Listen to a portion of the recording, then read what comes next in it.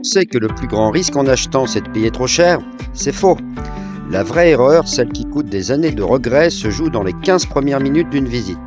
C'est un piège purement émotionnel. Dans cette vidéo, je vous montre les 7 erreurs que 99% des acheteurs commettent et surtout comment les éviter. Erreur numéro 1, tomber amoureux de la déco.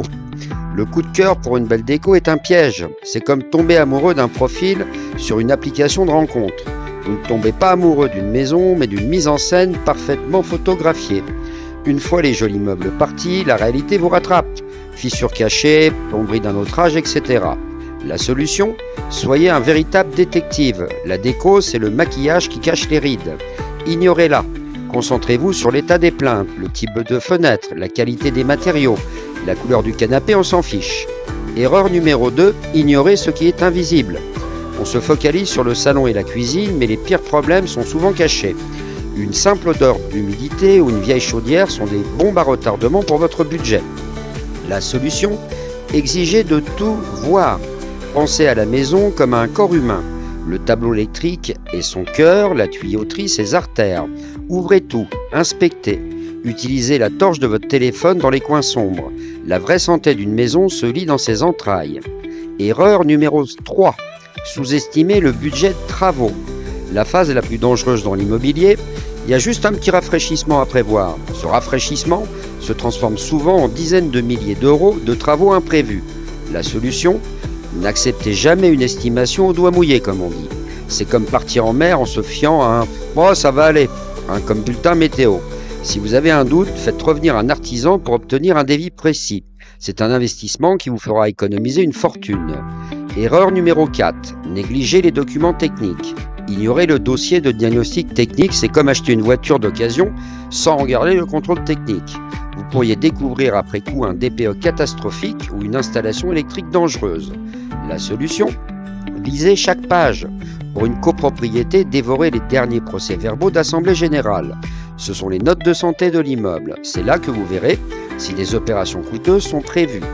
Erreur numéro 5. Ne visitez qu'une seule fois. Faire une offre après une seule visite est une erreur monumentale. C'est comme demander quelqu'un en mariage après le premier rendez-vous. Vous n'avez vu la maison que sous son meilleur jour, un mardi à 10h, mais vous ignorez son comportement un vendredi à 18h, avec le bruit de la circulation ou le bar d'à côté. La solution? Visitez au moins 2-3 fois, à des jours et des heures différentes. La deuxième visite est celle de la raison, pas celle de l'émotion. C'est le moment de tout tester. Erreur numéro 6, oubliez de passer à la mairie. La maison est sublime, mais 6 mois plus tard, un immeuble de 5 étages se construit juste en face et bloque votre vue. C'est pas de la malchance, c'est un manque de préparation. La solution? Avant toute offre, allez au service d'urbanisme. Consulter le plan local d'urbanisme, c'est comme lire les règles du jeu avant de commencer une partie. Vous saurez ce que les voisins ont le droit de faire et ce qui pourra un jour vous gâcher la vie. En plus, c'est gratuit, ça peut vous sauver d'un désastre. Erreur numéro 7, vouloir tout faire seul. Penser économiser en se passant de professionnel, c'est comme refuser de voir un médecin et chercher ses symptômes sur Google pour économiser la consultation. Le diagnostic final risque d'être bien plus douloureux et coûteux. L'avis des proches, basé sur leur propre goût, est souvent contre-productif. La solution? Entourez-vous d'experts, un bon agent immobilier et, si besoin, un professionnel du bâtiment pour une contre-visite. C'est la meilleure des assurances contre les regrets. Vous avez maintenant les clés pour déjouer les pièges d'une visite. Gardez la tête froide, votre bonheur futur dépend plus de l'état de la toiture que de la couleur de la cuisine.